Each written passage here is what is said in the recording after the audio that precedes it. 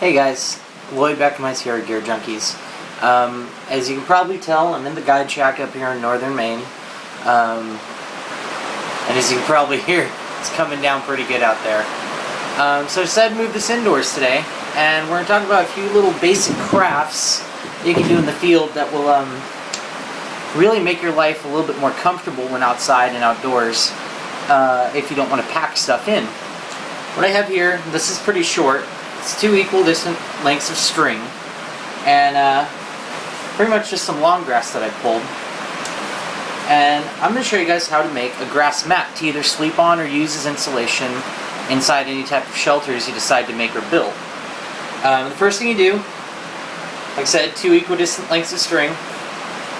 The longer the string is going to be, obviously, the longer your mat. You're going to fold them both in half, kind of figure out where your halfway mark is.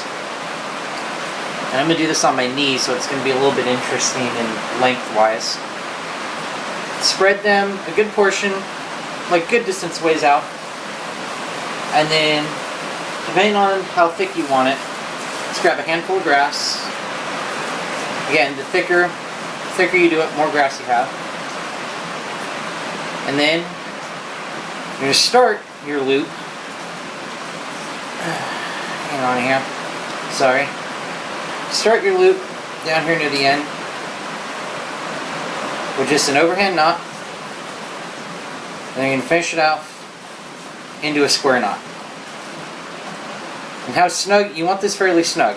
How snug you make this is going to be very dependent on how tight the mat holds together and how good the grass actually cushions and insulates you.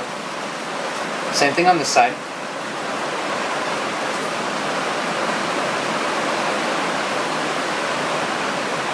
So it just sits like this. Alright? Now the next thing you're going to do, it's fairly simple. Grab another handful of grass. I'm going to leave a little bit out because I'm going to show you guys another trick here in a minute. Another handful of grass. Just come down right next to it. Come around. And do the same thing. Except snug it in really, really tight. Take all the slack out of the bottom. Get snugged in really good. Come over. And then just tie a knot into it.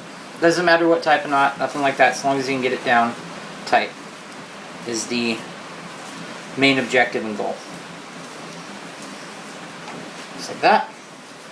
Same thing on this side.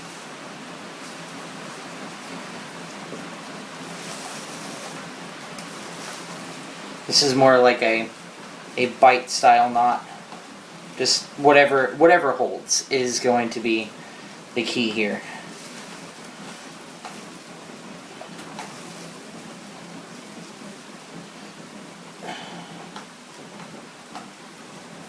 And then once that's locked off, we move on to the next one. So you just keep going. This one's kind of spread pretty far apart. You just keep going down and down and down and down. What I have out of the shot here is a little bit more completed one. You see this one's all bundled up. But it rolls up nice and tight, and they tie together and are actually very thick, very waterproof, and very comfortable if you lay on them. But then they just roll up nice and flat if you decide you need to carry them or move them anyplace. Now a lot of people, might be saying, all right, in a survival situation, in an emergency, and you don't have cord or line or anything like that. You take string like this, bend it over in half, put like a little twist in it. Lightning's out. Put like a little twist in it, hold it. Now on the top hand one, you're going to rotate and twist. Get this one out of the shot here. Make like an L. On this side, it's just twisted over on itself. On top hand one, just twist away from yourself. Twist, twist, twist, until it just keeps coming undone. And then you're going to switch. You're going to bring the twisted one down to the bottom, and this top one, and the bottom one up to the top. And the same thing. Twist away from yourself. And then you're going to switch again. This requires a little bit of dexterity in your fingers and just a little bit of patience on your part. And then just keep repeating the process.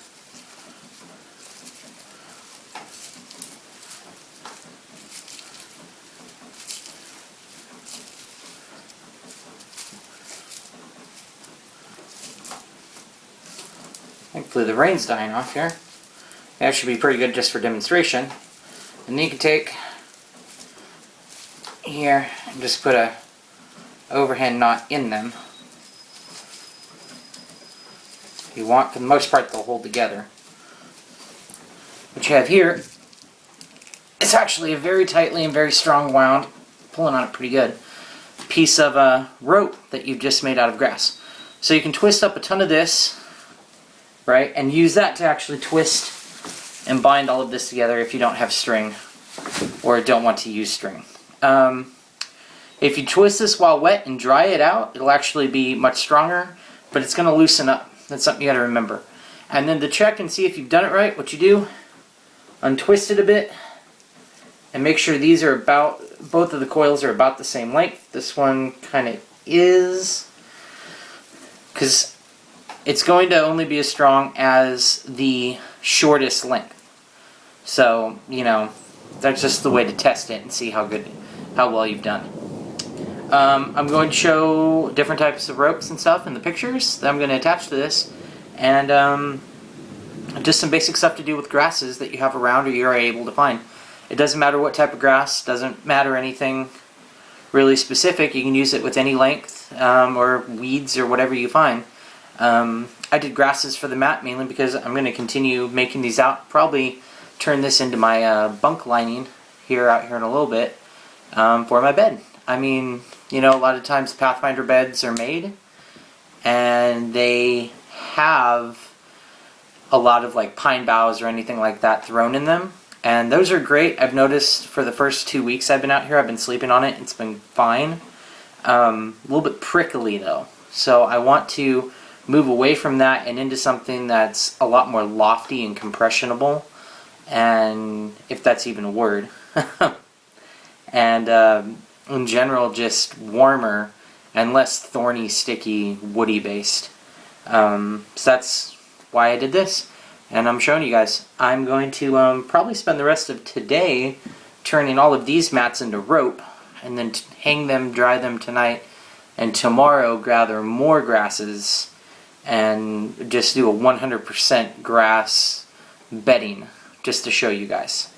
So for right now, that's this video. It's grass mats that have a million different uses. I'll list some of them in the writing, as well as natural line ropes. You can do that same overhand knot twist method with any material that you can twist. Twigs, like green twigs, grasses, bark, really anything.